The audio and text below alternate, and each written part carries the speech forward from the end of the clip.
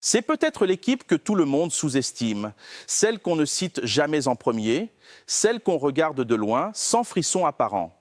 Et pourtant, à chaque Coupe d'Afrique des Nations, elle est là, toujours là, silencieuse, discrète, mais terriblement dérangeante. La Tunisie avance sans bruit, sans éclat médiatique, sans superstar qui capte toute la lumière. Et justement, c'est peut-être là que réside sa plus grande force. Parce que la question se pose et elle dérange. Peut-on gagner une CAN sans star? Peut-on aller loin sans attaquant vedette? Peut-on soulever un trophée en misant presque tout sur la rigueur, la discipline, l'organisation?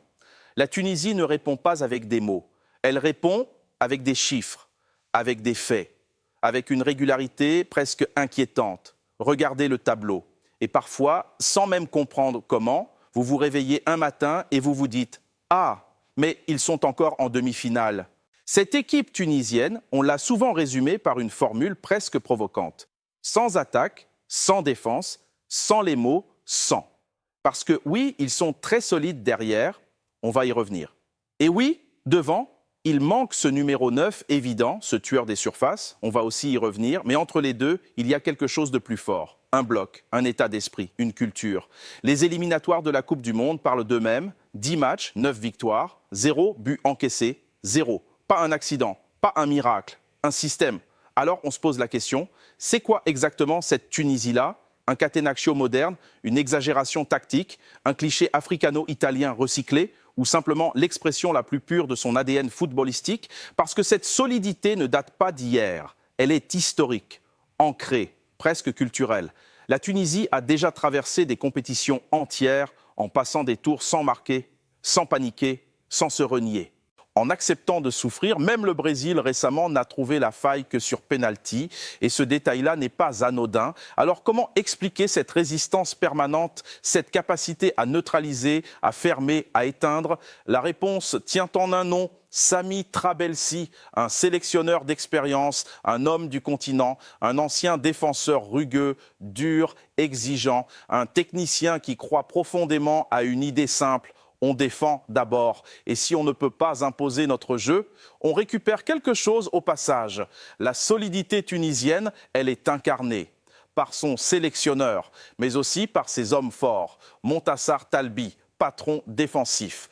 Un vivier de gardiens constants, presque inépuisable. Damen aujourd'hui, avant lui d'autres, après lui d'autres encore.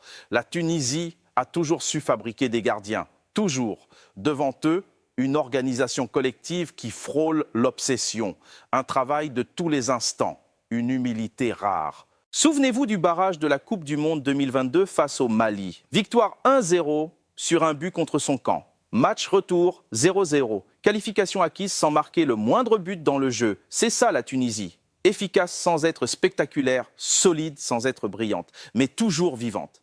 Historiquement, cette école défensive est profonde. De Jaïdi à Trabelsi, de Ben Amor à Abdenour, une continuité. Et pourtant, un paradoxe demeure, un paradoxe presque cruel.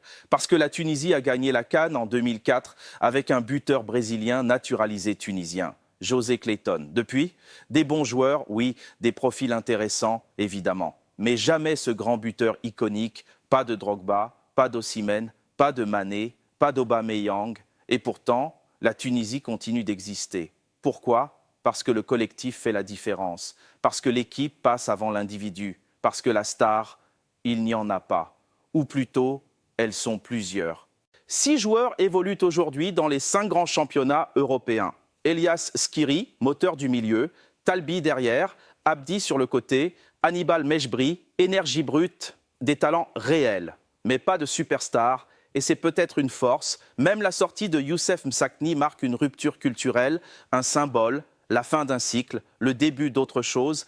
Alors qui pour incarner l'avenir, qui pour surprendre? Un nom émerge, discrètement, progressivement. Ilyes Saad, un parcours presque irréel. Né en Allemagne, formé hors des circuits traditionnels. 7e division, 5e, 4e, puis Saint-Pauli, puis la Bundesliga. Ancien international de futsal, professionnel depuis à peine 2 ans. Et aujourd'hui, titulaire potentiel avec la Tunisie. La CAN peut être son projecteur, son accélérateur, son moment.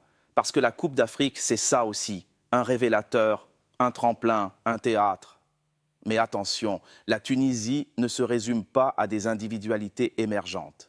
Elle se résume à une mentalité, l'humilité de défendre, la capacité à subir, la patience, la maîtrise du temps. Peut-on gagner une Kéane avec une défense? La réponse est oui. L'histoire l'a prouvé. Encore et encore, la France championne du monde sans buteur dominant, le Portugal champion d'Europe avec 3 nuls au premier tour, la Côte d'Ivoire récemment au parcours presque miraculeux. La Tunisie sait faire ça, attendre, résister, frapper quand il faut. Alors oui, elle avance cachée, oui, elle est sous-estimée, oui, elle peut surprendre, parce que pendant que les projecteurs sont braqués ailleurs, elle travaille. 17 qualifications consécutives à la CAN, toujours là, toujours présente. Dans un groupe compliqué, Nigeria, Ouganda, Tanzanie, rien n'est simple, mais rien n'est impossible. 4 points peuvent suffire, 5 points peuvent sécuriser, 3 nuls peuvent faire passer. Et si, une fois encore, au moment où personne ne l'attend, la Tunisie surgissait, sans star, sans bruit, mais avec cette solidité, cette rigueur, cette expérience, ils ont 100 en défense, ils doutent en attaque, mais ils savent survivre.